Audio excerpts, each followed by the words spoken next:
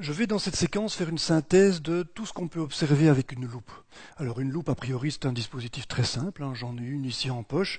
C'est une simple lentille convergente qu'on peut utiliser pour agrandir des objets, pour pouvoir mieux les observer. C'est ce qui est illustré ici, hein, c'est une application extrêmement banale. Pour lire un journal dont les lettres sont trop petites, eh bien, certaines personnes n'arrivent pas à voir de près, donc elles sont obligées de grossir ces lettres à l'aide d'une loupe. Hein, c'est bien sûr ce qu'on voit ici. Alors les choses ont l'air très simples, hein, mais tu verras dans cet exposé que voilà, une simple lentille convergente, une simple loupe peut être sujet à certains phénomènes, à certaines observations qui peuvent paraître bizarres. C'est ce que je vais donc tenter de t'expliquer ici. Alors je vais d'abord ranger ma loupe. Donc pour aborder la loupe, il est important, puisqu'il s'agit d'un dispositif d'aide à la vision, il est important de se rappeler comment on fait pour voir. Alors c'est quelque chose qu'on a déjà vu dans une séquence, la séquence consacrée à la vision, donc je vais ici aller très vite. Qu'est-ce qu'il faut faire pour voir? D'abord il faut un objet à voir, un objet à regarder, et pour ça il te faut un œil bien sûr, représenté extrêmement schématiquement ici, et bien sûr il te faut de la lumière représentée ici par le soleil. La lumière du soleil éclaire cet objet. L'objet diffuse la lumière, voilà le pétale jaune ici de la fleur qui diffuse la lumière du soleil. Un des rayons diffusés est sélectionné par la pupille de l'œil et ce rayon forme une petite tache ici au fond de l'œil qui est la rétine représentée en rouge ici qui est faite de petites cellules photosensibles qui vont donner donc un signal au cerveau. Alors bien sûr c'est vrai de tous les points ici de l'objet, la pointe de la feuille ici par exemple diffuse également la lumière, un des rayons diffusés ici passe par la pupille et est donc sélectionné par la pupille en quelque sorte pour former une tache ici à un autre endroit bien sûr que l'image ici du pétale et la pointe de la feuille va donc être distinguée du pétale et on va donc voir apparaître ici une fleur, la pointe de la feuille effectivement et le pétale jaune et de même pour tous les points de la fleur bien sûr. On va voir donc ici l'image de la fleur s'imprimer sur la rétine. Et comme tu vois, puisque les distances des objets observés sont en général plus grandes que le diamètre de l'œil qu'on voit ici, l'image formée sur la rétine est toute petite. Ça veut dire que le nombre de cellules photosensibles ici utilisées pour former l'image de la fleur au niveau du cerveau, ce nombre de cellules photosensibles est assez limité. Et donc, on ne pourra pas voir l'image avec une bonne résolution. Si on veut voir des petits détails dans l'image, eh bien, il faudra se rapprocher. C'est ce que je vais représenter maintenant. L'œil doit se rapprocher pour voir l'objet plus grand. Comment ça se passe? Tout simplement, maintenant, le pétale ici qui diffuse la lumière va laisser passer un rayon au travers de la pupille ici, mais sous un plus grand angle. Si j'étais plus loin tout à l'heure, tu voyais que l'angle ici était plus petit. Le fait d'avoir un plus grand angle maintenant va faire que le pétale sera formé ici plus loin de la pointe de la feuille qui, elle, vient d'un rayon plus ou moins horizontal, le voilà. Et donc on aura bien sûr une image qui sera plus grande. Et donc voilà, pour mieux voir, en principe, il faut se rapprocher. Alors, bien sûr, les choses ne sont pas aussi simples, pour la simple et bonne raison que la pupille ici n'est pas infiniment petite, elle a une certaine taille. Il faut accepter une certaine quantité de lumière pour voir quelque chose, et donc on a un certain diamètre ici qui fait que ce n'est pas un seul rayon, bien sûr, qui est sélectionné par la pupille, mais bien sûr un ensemble de rayons. Et cet ensemble de rayons va provoquer ici non pas un point, la pointe de la feuille ne sera pas représentée par un point ici, mais par une tache. Et donc, on verra bien sûr la fleur tout à fait floue. Alors c'est pourquoi l'œil est plus compliqué que ce qui est représenté sur ce schéma. La surface extérieure de l'œil, qui est la cornée, présente une courbure accentuée ici au niveau de la pupille, de manière à avoir un effet de lentille convergente qui va faire ici se converger ces rayons pour tenter d'obtenir un point ici, pour qu'un point ici, la pointe de la feuille, corresponde à un point ici pour retrouver la netteté de l'image. Alors, pour des objets proches comme c'est suggéré ici sur ce schéma, il faut en plus utiliser le cristallin. le cristallin qui va se contracter pour avoir une meilleure convergence. La convergence due à la cornée seule ne suffit pas. Voilà, donc il faudra contracter le cristallin comme c'est maintenant pour tenter donc de faire se converger ici les rayons. Alors, voilà, en général quand les distances sont aussi courtes, de quelques centimètres, ça ne va pas suffire, on n'arrivera pas à la netteté, les rayons ici ne vont pas se regrouper en un point. Il faut bien comprendre que le cristallin, au repos, pour un œil idéal, il provoque la convergence sur la rétine de rayons qui sont initialement parallèles, et qui sont parallèles donc à l'entrée de la pupille, à l'entrée de l'œil, sur la surface de la cornée. Alors des rayons parallèles comme ça, il faut bien comprendre comment on peut les obtenir. On peut bien les obtenir à partir d'un point, à condition que ce point soit très loin. C'est ce que je mets ici. Le point ici doit tendre vers l'infini, idéalement. Il doit être à l'infini pour obtenir ici des rayons parallèles. Tu peux bien imaginer que quand le point ici s'éloigne, eh bien l'angle qu'il y a entre les rayons ici, effectivement, diminue. Il va tendre vers 0 quand le point va tendre vers l'infini. C'est bien cette situation-là qui est ici. Donc je vais bien représenter ça clairement avec ce schéma ici, où j'ai mis un point, c'est la pointe de la feuille, ici par exemple, qui est représentée ici, qui diffuse la lumière. Et maintenant, les rayons qui sont sélectionnés par la pupille, puisque la pupille est tout de même petite par rapport à la distance d'observation, eh bien ces rayons sont quasiment parallèles. Si tu regardes ces rayons juste entre mes deux mains ici, effectivement, on les voit quasiment parallèles. C'est bien ça l'idée ici. Et donc, tout ça pour dire que le cristallin est fait pour qu'au repos, un point soit formé sur la rétine pour un objet très très éloigné. Idéalement, l'objet devrait être à l'infini, ce qui est impossible bien sûr. L'infini ici est pris de manière très relative, c'est simplement une distance très très grande par rapport à la distance, à la taille de l'œil.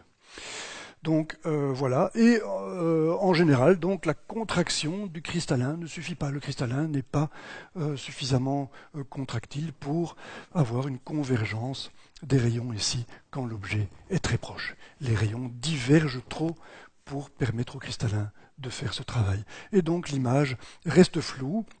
Et qu'est-ce qu'on fait pour voir l'image nette? On n'a pas le choix. On n'a pas d'autre choix que de diminuer ici l'angle entre les rayons qui sont sélectionnés par la pupille. Et pour ça, il faut éloigner l'objet. J'éloigne l'objet et maintenant la pupille va sélectionner des rayons qui sont séparés d'un plus petit angle. Les voilà, ces rayons, ils passent au travers de la pupille et maintenant, puisqu'ils sont séparés par un angle plus petit, eh bien, le cristallin contracté permet d'obtenir ici une convergence bien meilleure. Pour obtenir une image nette, ce sera vrai de la part de tous les points de l'objet observé, et donc on va voir ici la fleur nette cette fois-ci. Alors on la voit nette, mais tu vois aussi qu'elle est plus petite. Puisqu'on a dû éloigner l'objet, eh bien, les rayons sont ici à petit angle. Et les différences d'inclinaison des rayons de la pointe de la feuille et du pétale jaune eh bien, sont plus petits. C'est un angle qui est plus petit que l'angle qu'on avait ici. L'angle du rayon jaune ici, puisque la fleur est plus proche, eh bien, avait un angle plus important par rapport au rayon vert qu'on voit ici. Et donc voilà, le prix à payer, c'est que la fleur est plus petite. Et si la fleur est plus petite, on la verra avec une moins bonne résolution, puisque le nombre de petites cellules photosensibles qu'on a ici est plus petit qu'avant. Et donc finalement, on se demande si on a gagné quelque chose. Et c'est là, bien sûr, que va intervenir la loupe. Alors, pourquoi une loupe? On va préciser les choses par la suite. C'est parce qu'il existe donc une distance qu'on va appeler P. Pourquoi est-ce que je l'appelle P, cette distance? C'est la distance à partir de laquelle on obtient cette netteté ici. Donc ici, je suis une distance trop petite, je n'ai pas netteté, je n'ai pas une image nette ici, donc j'ai dû m'éloigner, j'ai dû éloigner l'objet. Et le point à partir duquel j'ai un point qui se forme ici, donc un point, la pointe de la feuille par exemple, ici va correspondre à un point. Ceci n'aura lieu qu'à partir d'une certaine distance que j'appelle P. P pourquoi? Parce que ce point s'appelle le punctum proximum. C'est un drôle de nom, ça vient du latin. Le point proche, on entend là-dedans l'idée que c'est le point le plus proche qu'on peut voir net avec le cristallin contracté. Voilà, donc on est limité hein, le punctum proximum, pour un homme d'âge mûr comme moi, il est de l'ordre de 25-30 cm, hein, des fois plus, 40-50 cm. Voilà, donc c'est une distance qui fait que l'image va toujours garder une certaine taille et la résolution avec laquelle l'image sera observée sera toujours limitée. Donc pour les personnes âgées, ce punctum proximum, le point de netteté qu'on peut obtenir ici, le point le plus proche de netteté, punctum proximum, point proche, voilà, sera d'autant plus grand. Quand il dépasse la longueur des bras, en général, c'est très difficile de continuer à observer des choses sans porter de lunettes. Lire un livre sans lunettes devient impossible. Donc voilà, c'est à cause de cette notion de punctum proximum. Et les personnes âgées donc voient l'image encore plus petite, bien sûr. Si je compare à une personne jeune ici, pour laquelle le punctum proximum est à une distance P relativement petite, à une dizaine de centimètres, pour une personne âgée, l'image sera bien sûr plus petite. Ici, j'ai encore une certaine taille, mais bien sûr, plus je suis loin, plus l'angle entre les rayons jaunes et verts ici est petit et l'image est petite. Voilà, ça c'était l'introduction. Maintenant, on va voir comment on fait pour profiter d'une loupe. Alors, je vais prendre l'objet observé, je vais prendre la loupe avec son axe optique. Je vais représenter la distance focale de cette lentille. Je te rappelle qu'une loupe, c'est une lentille convergente. Elle a donc une distance focale que je peux représenter avant et après la lentille, ici. Inutile de dire que cette séquence, si tu n'es pas habitué aux lentilles, exige la connaissance des lentilles.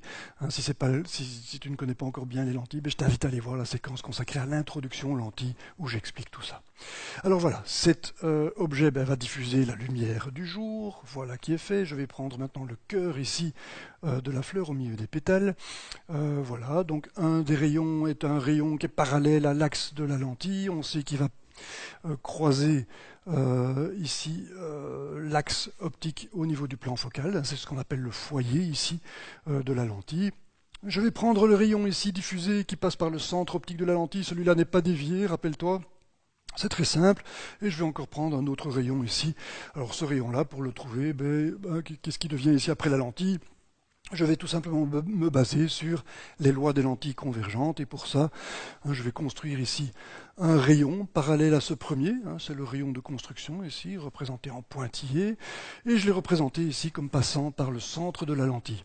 Alors pourquoi est-ce que je fais ça? Parce que je sais qu'un rayon qui passe par le centre de la lentille n'est pas dévié, et en plus je sais que deux rayons qui sont parallèles avant la lentille, se croisent après la lentille dans le plan focal, et donc je sais que le rayon ici va arriver à ce point-ci. Voilà qui est fait. J'ai donc maintenant les trois rayons. C'est ce que les rayons qui sont diffusés ici par la fleur deviennent après la lentille. Alors, ce qui est remarquable avec les lentilles convergentes, si on a ici des surfaces sphériques pour la lentille, qui est représentée symboliquement par cette double flèche, on peut montrer mathématiquement et géométriquement que ces rayons se croisent tous en un point.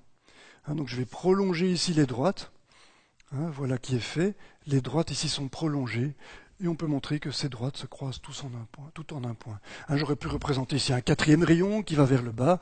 Ce quatrième rayon sortirait de la lentille ici avec une direction qui, si elle est prolongée, vient. Donc c'est une droite qui passerait par le même point ici. Donc tous les rayons convergent en un même point.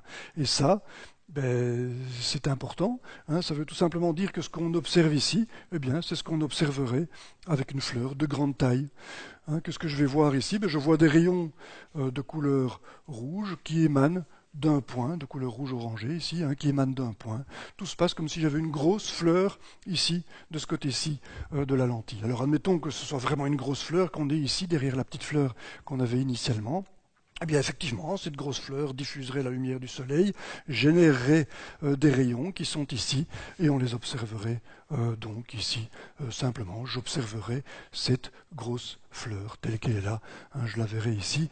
Alors pour voir comment elle va s'imprimer ici sur la rétine, je représente également un rayon qui vient du pied, ici, de la base de la fleur. Ce rayon ici passe par le centre optique, n'est pas dévié, c'est tout simple. Et je vois bien que je vais former ici une image de cette grosse fleur. Alors ce n'est pas cette grosse fleur qu'on voit, il faut bien se dire que ce qu'on voit, c'est bien la petite fleur qui est là, par l'intermédiaire de la loupe. Et donc cette fleur qui est initialement petite, eh bien on la voit comme si elle était plus grande. Hein, donc voilà, c'est ça qu'on voit. Donc ce qu'on voit ici, je répète, hein, ce n'est pas une grande fleur, cette grande fleur n'existe pas.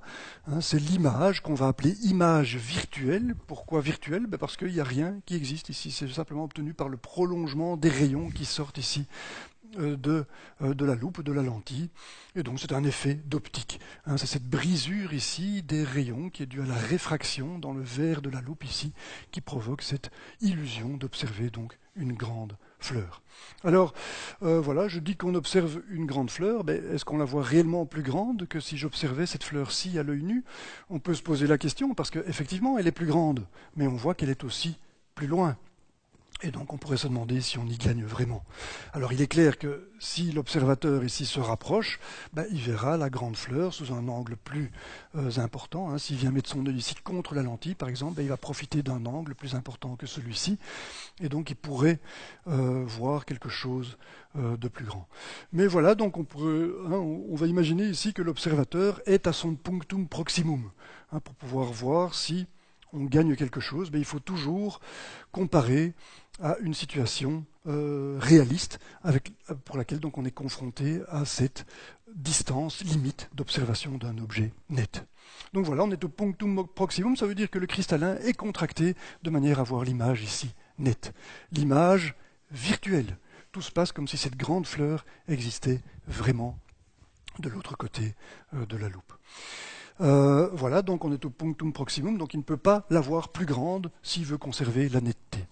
Et maintenant, on va comparer donc avec ce que quelqu'un peut faire, hein, le même observateur ici, comment est-ce qu'il pourra regarder la fleur sans la loupe.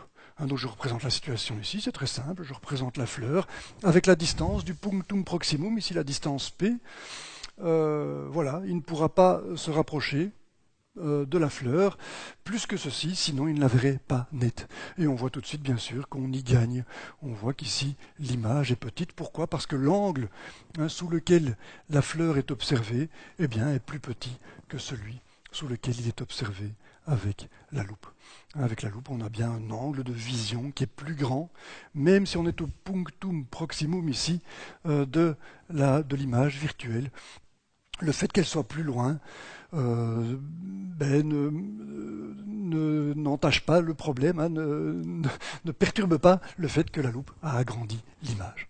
Voilà, l'image a agrandi l'objet, pardon, donc j'ai bien une image qui est plus grande. Le fait qu'elle soit loin n'est pas un problème en soi, puisque j'ai malgré tout une taille d'image plus grande que ce que j'ai sans loupe. Voilà.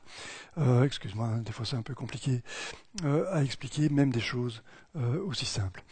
Donc voilà, j'ai ici l'image de la fleur qui est plus petite que celle-là. On voit bien l'utilité de la loupe, bien sûr. Alors on pourrait se dire, hein, on va quand même un petit peu observer ce qui se passe. Hein. Si tu tiens une loupe et que tu regardes, tu vas pouvoir modifier les distances, notamment la distance entre l'objet observé et la loupe. Est-ce que ça change quelque chose? Est-ce que j'ai intérêt à rapprocher la fleur, par exemple, de la loupe? Hein, peut-être que je l'observerai ici plus grande, on pourrait se le dire, hein, puisque en rapprochant l'œil d'un objet, on a tendance à voir plus grand. On serait tenté de faire ça. On va donc observer ça, et je vais reconstruire ici l'image virtuelle de cette fleur ici rapprochée.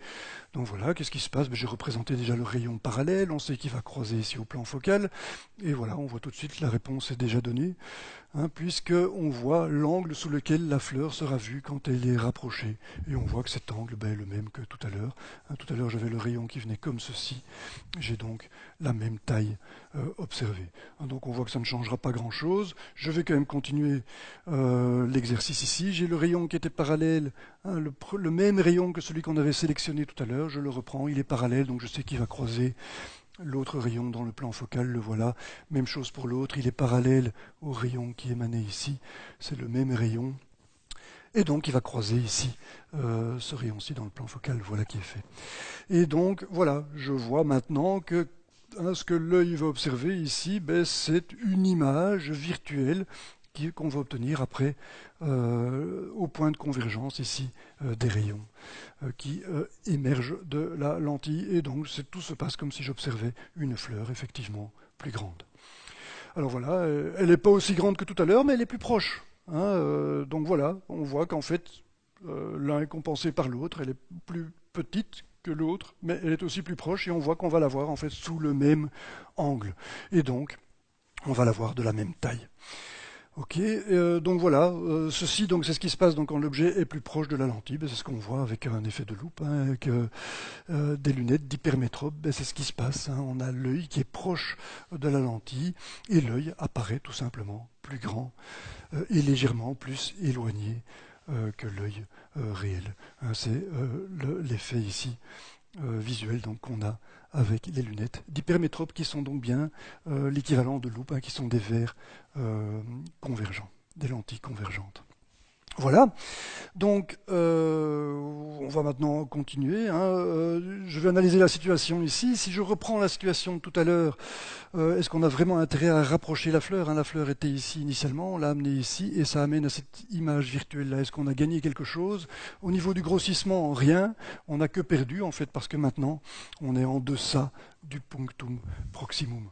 Donc on voit que c'est quelque chose qu'on n'a pas intérêt à faire, on n'a pas intérêt à rapprocher l'objet de la lentille, on sera d'autant plus vite confronté à la limitation de la contraction du cristallin. On ne pourra pas contracter suffisamment le cristallin pour voir l'objet net. Il faudra reculer l'œil ici et donc l'objet va apparaître plus petit. Donc ce n'est pas une bonne idée nécessairement de rapprocher l'objet donc de la loupe. Alors on va faire le contraire, maintenant on va éloigner la fleur de la loupe. Qu'est-ce qui se passe dans ce cas-là? Je vais refaire la construction des rayons. Le rayon parallèle passe par le foyer, voilà qui est fait. On voit de nouveau qu'il n'y aura pas de grossissement de l'objet. Alors juste une petite remarque par rapport à ça. Hein, s'il n'y a pas de changement au niveau du grossissement de l'objet, c'est parce que j'ai choisi ici de mettre l'œil juste avec la pupille au foyer. C'est pour simplifier les choses, je ne vais pas traiter tous les cas, mais on peut montrer que si l'œil se trouve ici plus proche de la lentille ou plus loin, on a malgré tout des effets liés à la proximité ici de l'objet par rapport à la lentille. Voilà. Donc ici je t'explique donc les choses dans les grandes lignes. Grosso modo, donc on n'a pas de modification de la taille de l'image en raison de la position de l'objet devant la lentille. Et donc je vais observer ici, en gros, donc l'image de la même taille, hein, je ne l'ai pas encore représenté ici. J'ai ici le rayon parallèle au rayon qu'on avait tout à l'heure. Hein. Ce rayon-ci, maintenant, il est plus en arrière, tout simplement. Mais on sait que ces rayons étant parallèles, ils vont se croiser ici dans le plan focal, voilà qui est fait. Même chose pour ce rayon parallèle à celui-ci. Il va maintenant passer ici.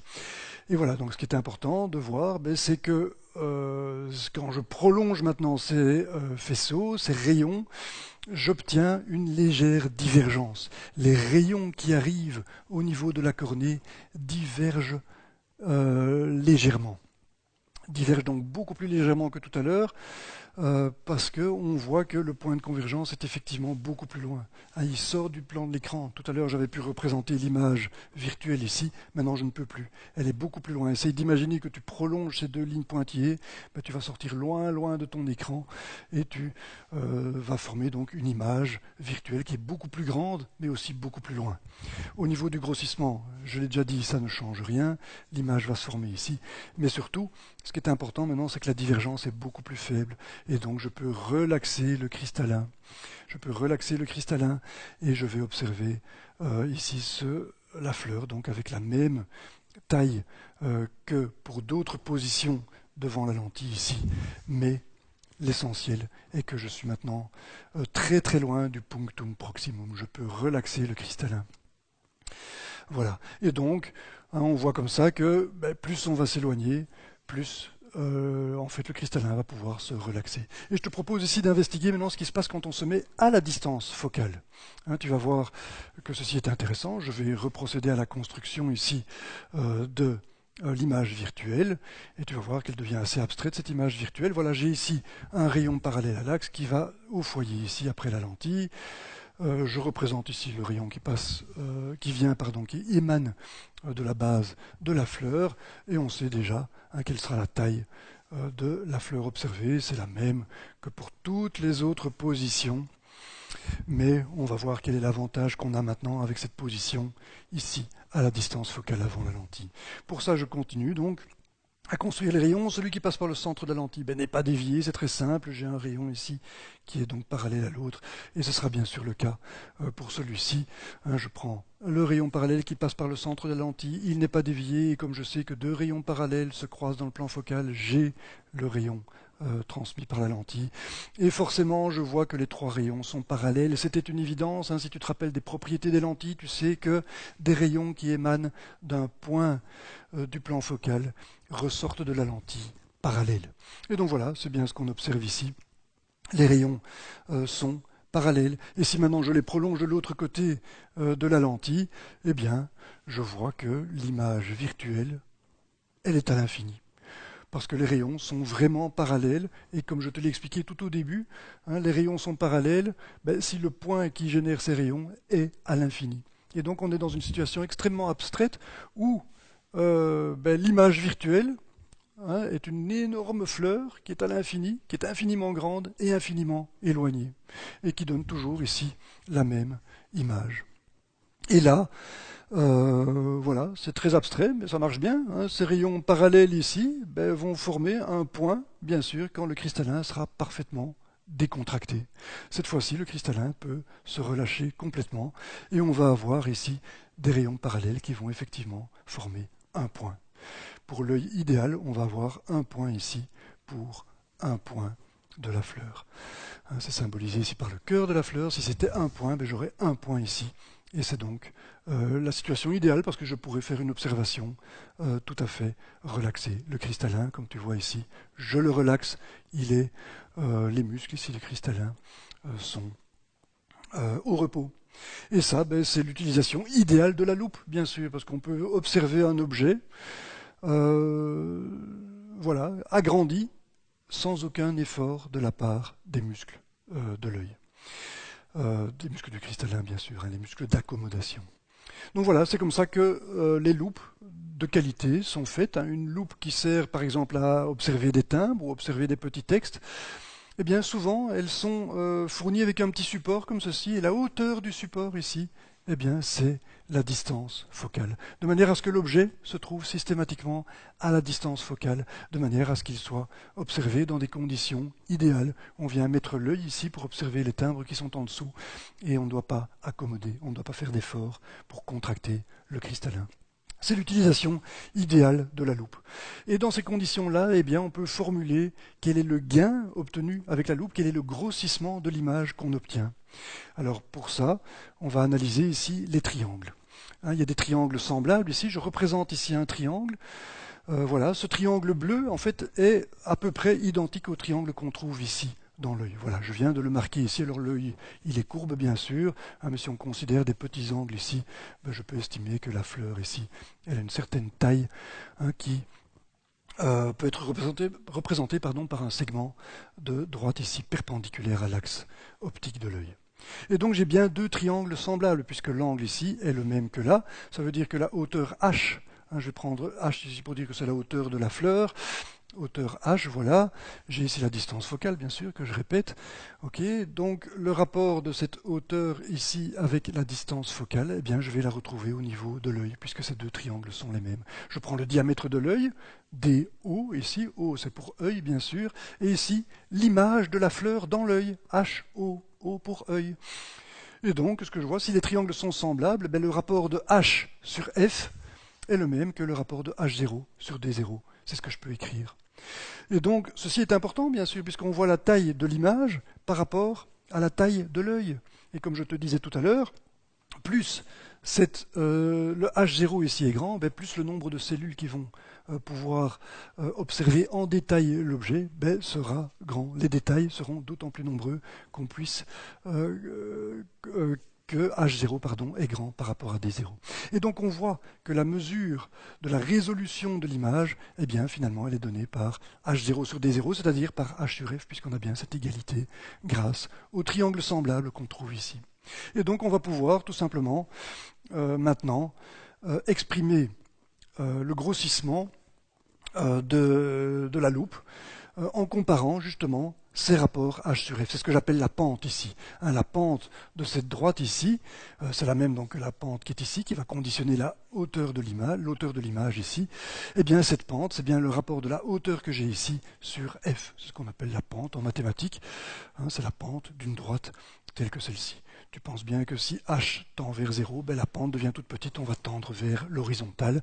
H égale à 0, c'est l'horizontale parfaite. Okay, donc c'est bien la pente. Et maintenant, je vais comparer la pente qu'on observerait, la pente sous laquelle on observerait la fleur sans la lentille. Et là, de nouveau, on est confronté au punctum proximum. On ne peut pas mettre la fleur plus proche que le punctum proximum. Et donc, voilà, je vais avoir la pente qui sera donnée par h sur p. Je vois la fleur sous une pente, en quelque sorte, de h sur p, qui va conditionner la taille de l'image. Le h0 sur d0 que j'ai ici vaudra h sur p. Et donc maintenant, je peux chiffrer le grossissement de la loupe. Je vais comparer la pente que j'ai avec la loupe à la pente que j'ai sans la loupe. H sur F divisé par H sur P. Alors c'est une fraction de fraction, j'espère que tu es familier avec ça. La première fraction ici va être prise et elle sera multipliée par l'opposé de celle-ci.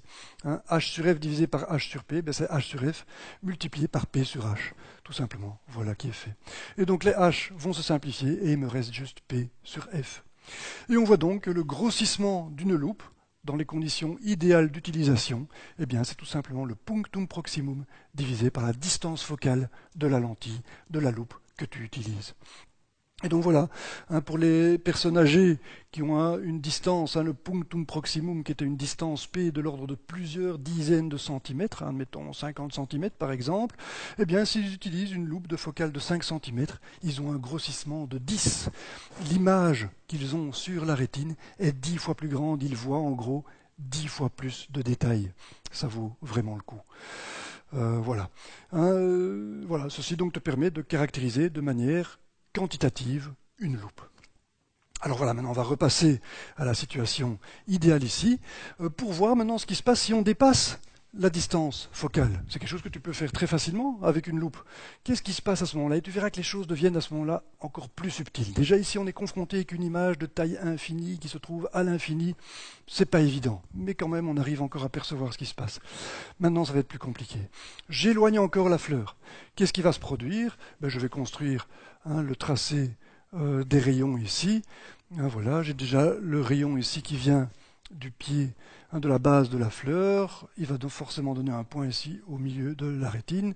Le rayon qui passe, qui est parallèle au centre, à l'axe optique, va passer par le foyer comme d'habitude. Ce rayon-ci, il va croiser l'autre. Rappelle-toi, je prends des rayons ici, un rayon qui est parallèle au rayon qu'on avait auparavant quand la fleur était à la distance focale.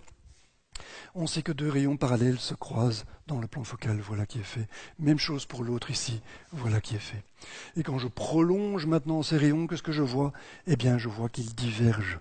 Et là, ça devient très très abstrait. On ne peut même plus dire qu'il s'agit d'un point à l'infini. Voilà, il faut admettre ça. Ce sont des rayons qui proviennent comme ça, en apparence, de différentes directions. Ils sont émis dans différentes directions, ça devient très difficile d'imaginer ce que c'est. Mais néanmoins, ça n'empêche pas qu'on voit encore quelque chose. Qu'est-ce qui va se passer ici? C'est simplement, plutôt que d'avoir des rayons qui divergent légèrement comme tout à l'heure, ces rayons convergent. Donc on le voit très peu ici, non? Parce que l'angle que j'ai pris ici n'est pas très grand. Mais tu dois imaginer que ces rayons en fait se resserrent en se rapprochant.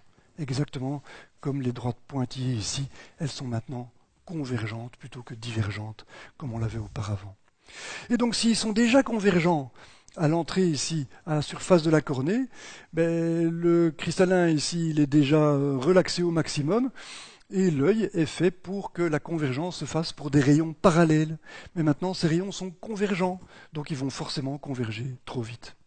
Ils sont déjà convergents à l'entrée, le cristallin est relaxé, mais il ne peut pas devenir plus mince. Le cristallin, il est relaxé au maximum, on ne sait pas faire l'inverse, on ne sait pas étirer le cristallin, et donc les rayons vont tout simplement se croiser trop tôt. On va voir ici comme un myope, tout simplement. Ceci est le problème de la myopie, l'image est formée avant la rétine. Et donc on va voir une image floue. Mais l'image est toujours là. L'image qui est l'image de quelque chose de très abstrait maintenant. On ne peut même plus parler d'image virtuelle. On voit encore la fleur, mais on la verra floue. Voilà. En fait, on va pouvoir la voir nette, bien sûr, si, comme les myopes, on porte des verres divergents. Pour compenser la convergence qu'on a là, on va prendre une lentille divergente pour faire se diverger les faisceaux ici, de manière à ce qu'ils se croisent au niveau de la rétine. Et là, on verra donc l'image nette. Donc ce qu'on est en train de voir ici, c'est l'image donc de cette fleur qui est plus loin maintenant que la distance focale et à laquelle correspond donc quelque chose de très abstrait qu'on ne peut même plus qualifier d'image virtuelle. Et cependant, on observe toujours quelque chose. Les choses sont difficiles. Alors voilà, je vais résumer cette situation ici en regardant ce qui peut se passer donc, quand on déplace l'œil sur l'axe optique ici de la loupe. Voilà, donc ici j'ai une distance focale qui est relativement grande. Pour voir ce qui se passe quand on se déplace ici, je vais refaire un schéma ici avec une distance focale plus petite. Voilà, la fleur est nettement plus loin ici que la distance focale devant la lentille. Le tracé des rayons, il est simple, c'est le même que tout à l'heure. Et tu verras que maintenant, puisque les rayons sont convergents, mais forcément, ils se croisent en un point. La différence ici, tout à l'heure j'avais bien la même chose, ces rayons sont convergents. Si je les prolonge ici, tu vois bien que si je les prolonge, je vais finir par arriver sur un point. C'est ce qui est représenté ici à distance plus petite, grâce au choix ici d'une distance focale plus courte. Voilà, donc qu'est-ce qui se passe ici? On va mettre l'œil, qu'est-ce qui se passe? Voilà, on a des rayons qui sont convergents, et donc on verra une image de la fleur qui sera floue. Tu peux essayer que la loupe, je te conseille d'ailleurs de revoir cette vidéo avec une loupe en main et tester tout ce que je te raconte au fur et à mesure. Donc tu verras l'image floue. Voilà, il te faudra un verre de myope ici pour la voir nette.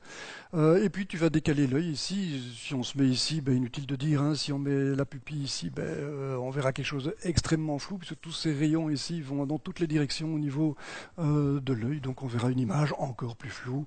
Voilà, si maintenant je mets l'œil devant ici, qu'est-ce qui se passe? On voit qu'on va reproduire bien sûr la situation qui se passe ici. Ici, le cœur de la fleur ici diffuse des rayons. Ces trois rayons, on les retrouve ici. Tout va se passer bien sûr comme si la fleur était là. C'est le principe de l'appareil photo, ou même de l'œil. C'est la formation de l'image qu'on va cette fois-ci appeler image réelle. On l'appelle image réelle parce qu'on reproduit réellement ici la situation au niveau de la lumière. C'est bien la même situation que celle qu'on a ici. C'est réel. La situation qu'on a avec les trois rayons ici, on la retrouve ici. Et donc un observateur ici observera la fleur. Voilà, ici. Alors bien sûr, s'il est très proche, il devra fortement contracter son cristallin, mais il va être capable de voir la fleur. Alors malheureusement, c'est une observation qui est très difficile à faire, parce qu'en général, quand tu utilises une loupe, il y a aussi les bords de la loupe, il y a tous les objets qui sont autour, qui sont visibles, et il est très difficile d'accommoder ici avec son cristallin sur l'image qui est ici. Tout simplement parce qu'on n'a pas de repère, il y a plein d'autres choses. Et ceci est malheureusement difficile à faire. Il faut se mettre dans des conditions très spéciales. Demande éventuellement à ton professeur d'essayer de reproduire ça. C'est intéressant de voir que on voit effectivement la fleur ici renversée. Il y a moyen de le faire. Voilà. Voilà, ceci termine l'exposé. Ça te montre que la loupe, qui a l'air d'être un dispositif très très simple, est en réalité quelque chose de très subtil, en fonction des différentes distances qu'on peut placer entre l'objet et la loupe, et puis entre l'observateur et la loupe. Il y a plein d'effets qui peuvent apparaître. Voilà, j'espère que ça a malgré tout été suffisamment clair et que tu es maintenant capable d'expliquer ce que tu observes avec une loupe. Merci pour ton attention et à bientôt.